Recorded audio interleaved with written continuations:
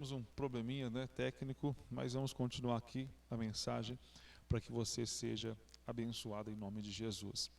A segunda carta de Paulo aos Coríntios, capítulo 7, no versículo 8, Paulo ele está feliz porque a sua primeira carta provocou tristeza no coração daqueles irmãos, mas é uma tristeza segundo Deus. E a tristeza segundo Deus, ela opera o arrependimento, ela opera para a salvação.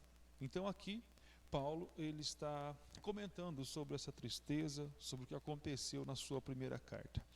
Capítulo 7, versículo 8. Portanto, ainda que vos contristei com a minha carta, não me arrependo, embora já me tivesse arrependido, por ver que aquela carta vos contristou, ainda que por pouco tempo. Agora folgo, não porque fostes contristados, mas porque fostes contristados para arrependimento, pois fostes contristados segundo Deus, de maneira que por nós não padecestes dano ou dano em coisa alguma, porque a tristeza segundo Deus opera arrependimento para a salvação, da qual ninguém se arrepende, mas a tristeza do mundo opera a morte. Então aqui tem algumas coisas importantes. Primeiro, Paulo está dizendo, eu estou feliz hoje, porque aquela primeira carta, ela produziu uma tristeza em vocês. Mas não uma tristeza comum, uma tristeza que provocou arrependimento.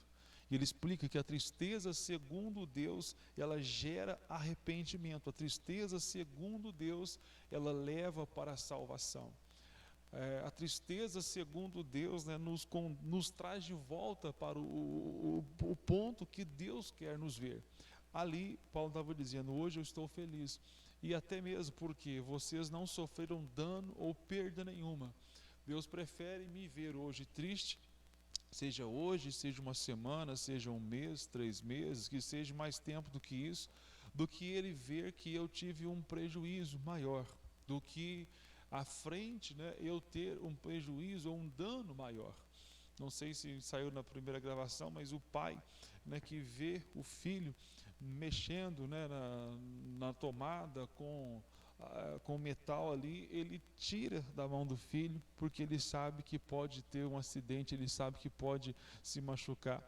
A criança às vezes não entende, ela pode chorar, ela pode fazer ali uma pirraça, mas o pai sabe, eu fiz o que era melhor. Assim é o nosso Deus, ele faz o que é melhor para nós, mesmo que hoje isso me provoque tristeza. Deus pode, através da sua palavra, provocar tristeza em mim. Deus pode, através de uma mensagem, de uma leitura bíblica, você lê na Bíblia, você pode às vezes se entristecer. Ou então até mesmo através de uma circunstância. Deus pode, através de circunstâncias, nos entristecer. E por que isso? Para nos levar de volta à comunhão, para nos levar de volta à presença dele. Nunca porque Deus, ele desistiu de nós, ele quer nos destruir, ele quer nos abandonar, ele quer que a gente simplesmente sofra. Não, o Senhor, ele trabalha para nos levarmos de volta para ele. Exemplo maior disso, Jesus Cristo. Ele foi à cruz, ele sofreu, ele se entristeceu, mas para nossa salvação havia um plano perfeito. Até mesmo Jesus, após ele vencer a morte, ele foi exaltado sobre todos. O nome dele foi exaltado sobre todo nome, e ao nome dele se dobra todo o joelho. Ou seja, ele sofreu, ele sentiu tristeza, mas após aquilo veio a promessa do Senhor se cumprindo. Então aqui em Coríntios, Paulo estava aqui na segunda carta, dizendo, olha, eu estou feliz hoje, que aquela primeira carta provocou tristeza em vocês. Então vamos entender isso. Deus pode tratar com uma pessoa, com uma família, ou até mesmo com uma igreja. Aqui era uma igreja, um grupo de pessoas que estavam precisando se entristecerem ou serem entristecidos pelo Senhor, para que eles voltassem ao plano perfeito de Deus. Eles estavam bem, estavam felizes, mas quando aquela carta chega, eles se entristecem.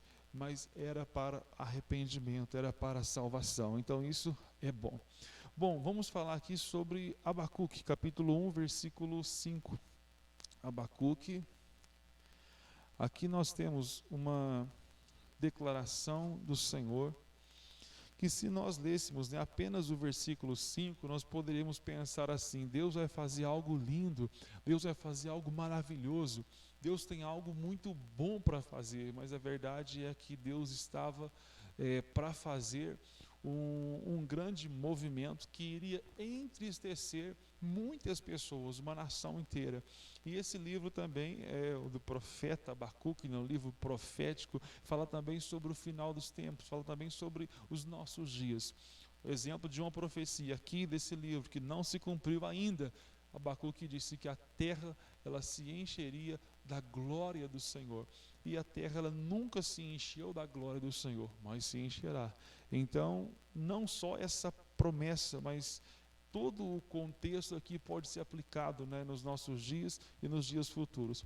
Mas aqui no versículo 5 diz assim, ó: vede entre os gentios, e olhai, e maravilhai-vos, e admirai-vos, porque realizarei em vossos dias uma obra que vós não crereis quando for contada.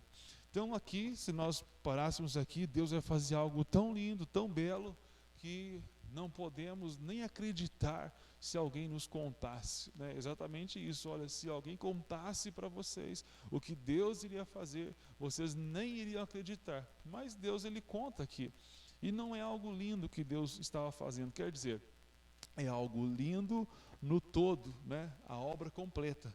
Mas aqui era o caminho, aqui era o meio do caminho, era o tratamento de Deus para chegar, né, no final. E esse meio, esse tratamento de Deus era uma profunda tristeza que Deus ia trazer sobre o seu povo para levá-los ao arrependimento, para levá-los à conversão. Diz assim o versículo 6, no versículo 5 ele falou: vede, preste atenção, uma obra que eu vou fazer, que vocês não iriam crer se contassem. No versículo 6 diz assim: porque eis que suscito os caldeus, nação amarga e impiedosa, que marcha sobre a largura da terra, para apoderar-se de moradas que não são suas. Horrível e terrível é, dela mesma sairá o seu juízo e a sua dignidade. E os seus cavalos são mais ligeiros do que os leopardos, e mais espertos do que lobos à tarde. E os seus cavaleiros espalharam-se por toda parte. Os seus cavaleiros virão de longe, voarão como águias que se apressam a devorar. Ou seja, não é uma coisa linda, bela, aparentemente que Deus estaria fazendo. Mas Deus estava levantando uma nação poderosa, os caldeus, a nação da Babilônia, para vir sobre eles e iriam devorá-los, e iriam vencê-los, e iria levá-los presos, cativos. Ou seja, Deus estava provocando uma circunstância, não só uma palavra, não só uma mensagem. Aqui era o Abacuque falando. Mas Deus não só advertiu eles: olha, se convertam, porque senão vai acontecer isso. Deus falou: vai acontecer isso, e de fato aconteceu isso, veio essa nação. Então Deus criou uma circunstância que trouxe tristeza profunda a eles, para que isso gerasse arrependimento. E no devido tempo, Deus enviou o seu povo de volta à nação de Judá, a Jerusalém, para reconstruir o que falamos domingo, né, sobre a reconstrução daquele templo, também da cidade. Mas aqui, né, nesse contexto, o Senhor estava permitindo um juízo, o Senhor estava permitindo uma disciplina sobre o seu povo, de circunstâncias negativas, ruins. No capítulo 3, Abacuque, ele faz uma oração, né, em forma de um cântico. E é uma oração muito bela, são palavras muito conhecidas, bonitas de se cantar.